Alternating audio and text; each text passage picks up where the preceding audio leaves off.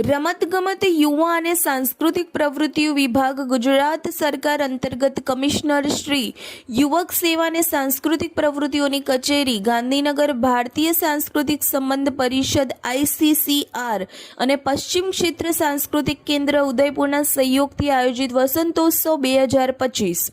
સાબરમતી નદીના તીરે સંસ્કૃતિ કુંજમાં વસંતોત્સવ 2025ના ભવ્ય સમાપન અંતિમ દિવસ લોકનૃત્યના સાંસ્કૃતિક કાર્યક્રમમાં કલા જગતની નૃત્ય કલા, તંતુવાદ્ય કલા, લોકનૃત્ય કલા જેવા બહુઆયામ કલાનો સુભગ સમન્વય બારડોલીના કલાગુરુ સુશ્રી ત્વિષા વ્યાસ અને ગ્રુપ દ્વારા રાધાકૃષ્ણ નૃત્યનો અદ્ભુત કાર્યક્રમ પ્રસ્તુત કરવામાં આવ્યો।